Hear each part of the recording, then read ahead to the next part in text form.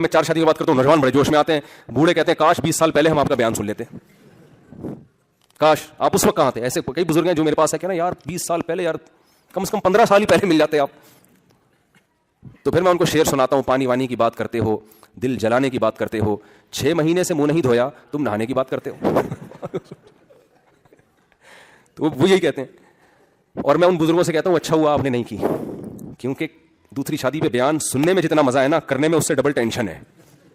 یہ سننے کی بڑی مزے کی چیز ہے، بڑا انجوائے کرتے ہیں. 4 شادیاں، 4 بیویاں اور بچے، اور ایک بیگم کو کھانا اچھا بنانا آتا ہے، اس کی شکل بہت اچھی ہے، اس کا خاندان بہت اچھا ہے، اور یہ ایجوکیٹڈ ہے.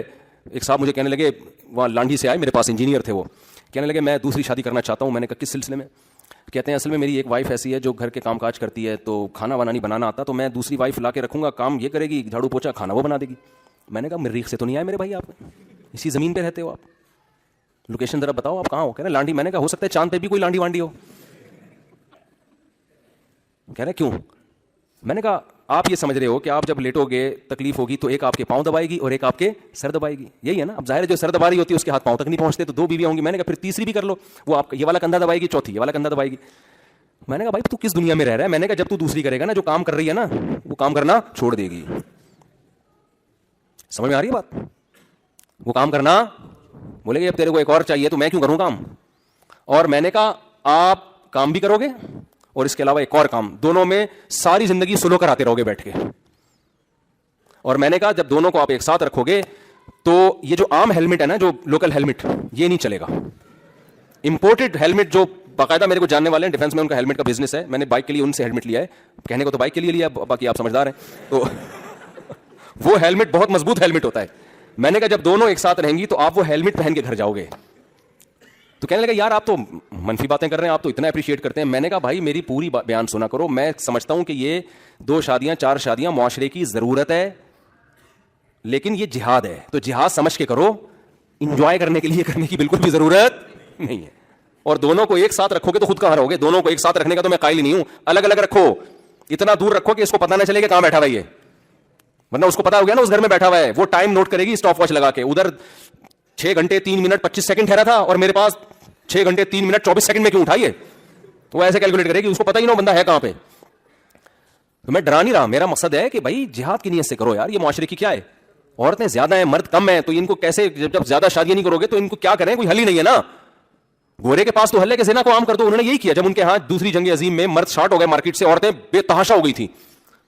ایک رپورٹ کے مطابق 80% مرد، یعنی مردوں میں عورتوں کی نسبت 80% ریشو موت کا زیادہ. پوری دنیا میں لڑائی ہوئی تو مرد کتنے ہلاک ہوئے، عورتیں تھوڑی لڑ رہی تھیں میدان میں آ کے. تو ان کے ہاں جب یورپ میں مرد مارکیٹ سے شارٹ ہوئے ہیں تو ان کو چاہیے تھا اسلام کی طرف آ جاتے. ایک مرد کو اجازت دے دو یار زیادہ کر لے، وہ اسلام سے تو بوجھ تھا کہ نہیں یار تو پھر وہی مولوی آ جائے گا بیچ میں، اسلام آ جائے گا. آج تک جس مذہب کی مخالفت کرتے رہے اس کو ماننا پڑے گا. ان کے مفکرین نے لکھا ہے کہ آپ کو اسلام کی طرف آنا پڑے گا. میرے پہ جو کتاب ہے نا خطرناک 4 شادیوں والی، اس میں نے ان کے حوالے دیے ہیں کہ انہوں نے کہا کہ آج سے 100 سال کے بعد ہمیں اسلام والا 4 شادیوں والا نظریہ لینا پڑے گا، اس کے بغیر ہم اپنے خاندانی نظام کو نہیں بچا سکتے، بیڑا غرق ہو جائے گا. اس مفکر بیچارے گورے کو یہ نہیں پتا تھا کہ 100 سال کے بعد خاندانی نظام اتنا تباہ ہو جائے گا، تم 4 کو رو رہے ہو، ایک کا رواج بھی ختم ہو جائے گا. وہ رو رہا تھا 4 کا، وہ ایک، تو یہ ہو گیا ہے وہاں پہ. تو اب ہم کہتے ہیں یار یہ جو اتنے مرد جو نکاح کے قابل مرد ہیں وہ شارٹ ہے مارکیٹ میں ہے ہی نہیں، عورتیں بہت ہیں، تو کیسے ہوگی شادی ان کی؟ تو مجبوراً ایک آدمی کو 2-3 کرنی پڑیں گی. اور جہاد کی نیت سے اللہ کا حکم سمجھ کے، پھر اس میں یہ نہیں ہوگا ایک سر دبائے گی تو ایک پاؤں دبائے گی. پھر آپ نے یہ کہ جب وہ کوئی گلا دبائے گی تو میں کیسے بچوں گا، اس کی ٹریننگ کرنی ہے. اپنے دوست کو بتایا یار گلا دبا کے دیکھ کتنی پاور میں مرتا ہوں اور کتنے میں سانس گھٹتا ہے.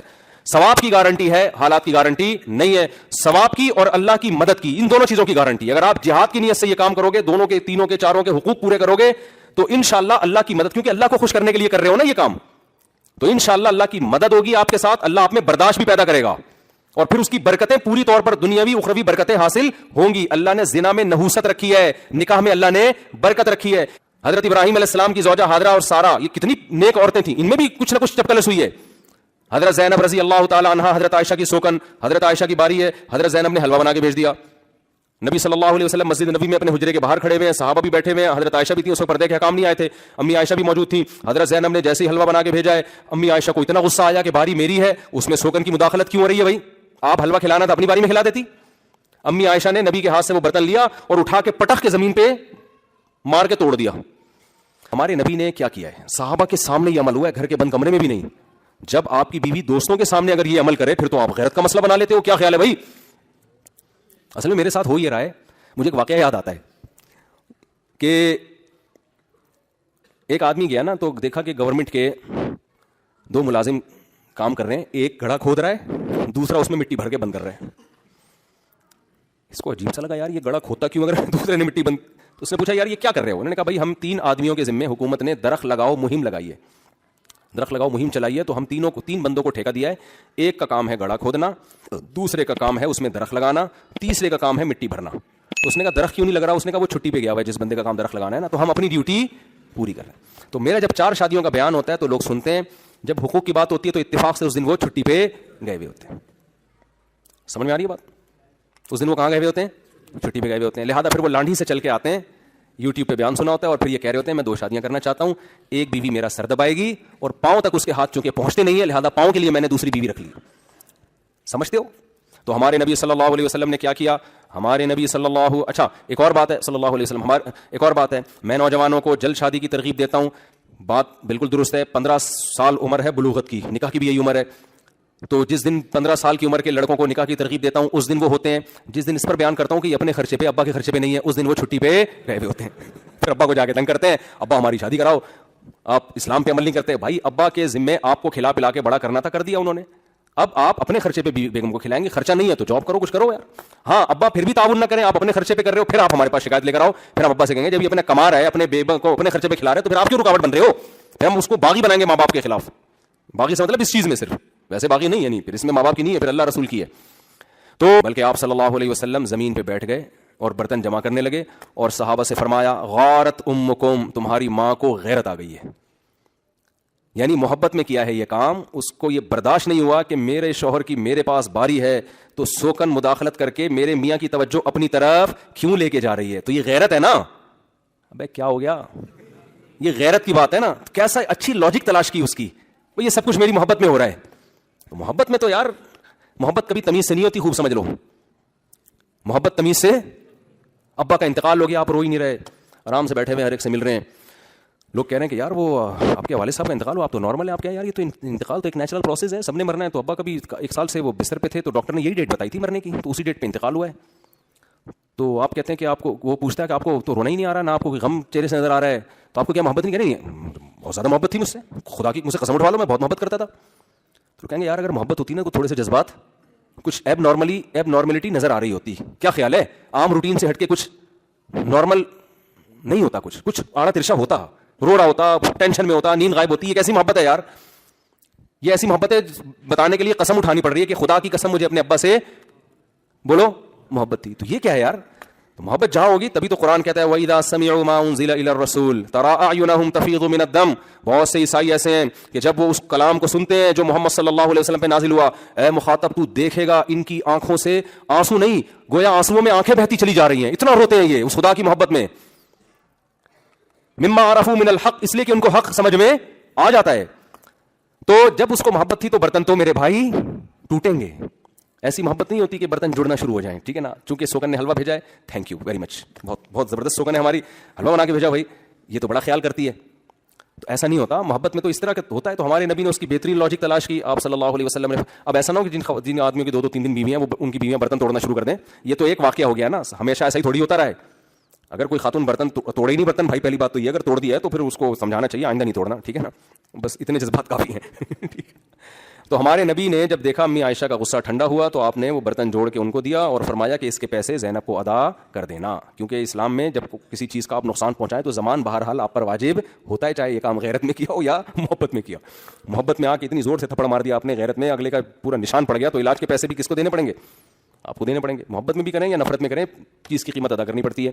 تو یہ جو اسٹائل ہے نا برداشت والا, یہ پیدا کرنا پڑے گا. تو پھر آپ 4 شادیاں کریں اور یہ برداشت بھی پیدا کریں اور شادیاں بھی کریں اس اسٹائل کے ساتھ کریں, اور یہ ضروری ہے, نہیں کریں گے تو عورتوں کا بیچاروں کا نقصان ہو رہا ہے بہت زیادہ.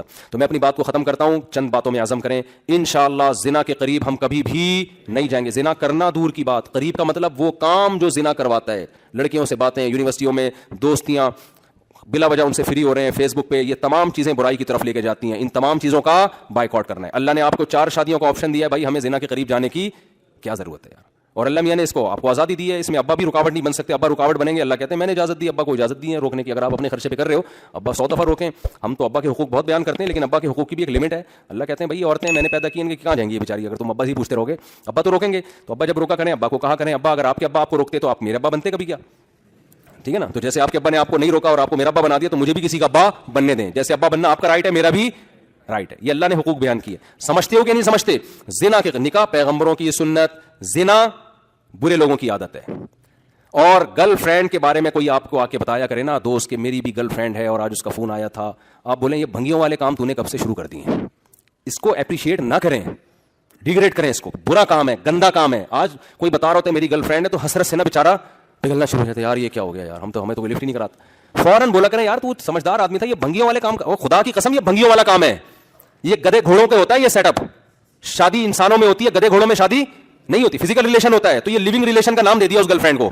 ایک گندگی, یہ پلید عمل کو ایک اچھا سا نام دے دیا, لیونگ ریلیشن ہے ان کا, ساتھ رہتے ہیں. یہ کوئی ریلیشن نہیں ہے. اسلام اس ریلیشن کو نہیں مانتا. اسلام ایک ریلیشن عورت کے ساتھ مانتا ہے کہ وہ آپ کی بیوی ہو, آپ اس کے شوہر ہو. اس کے علاوہ کوئی عورت آپ کی ماں ہو سکتی ہے, بہن ہو سکتی ہے, بیٹی ہو سکتی ہے, اور کوئی رشتہ آپ کا اس عورت کے ساتھ نہیں ہے. بیوی بناؤ گے تو رشتہ بنے گا, ادروائز آپ کا اس کے ساتھ کوئی رشتہ نہیں ہے. سمجھتے ہو؟ تو یہ جملہ یاد رہے گا. جب بھی کوئی دوست آ کے کہا کرے میری گرل فرینڈ ہے, آپ بولو یار یہ بھنگیوں والے کام تو نے کب سے شروع کر دیے. اس کو غصہ تو آئے گا, بولو یار ہے تو چماروں والے کام, گدے گھوڑے جو کام کرتے ہیں. فزیکل گرل فرینڈ ہوتی ہے تو فزیکل ریلیشن بھی شروع ہو جاتا ہے. تو نہیں ہوتا تو ہو جائے گا, اللہ نہ کرے آگے چل کے, ذریعہ تو بن گئے نا آپ. اور جو شادی کر رہا ہے نا, تو اس کو تانے نہ دیا کریں کہ ابھی تیری عمر ہی کیا ہے, تو شادی میں لگ گیا یار. بات سمجھ میں آ رہی ہے؟ یورپ میں, امریکہ میں 13 سال کی لڑکیاں پریگننٹ ہوتی ہیں. یہ BBC کی رپورٹ ہے. 13 سال کی لڑکیاں. وہاں کوئی اس پہ آواز اٹھانے والا نہیں ہے. یہاں کوئی جلدی شادی کی بات کرے تو اس کو کہتے ہیں یار تم تو ایک سمجھدار آدمی ہے, تمہیں کیا ہو گیا, تم نے یہ. میرا چھوٹا بھائی تھا نا, تو 22-23 سال کا ہوا, تو اس نے گھر میں بات کی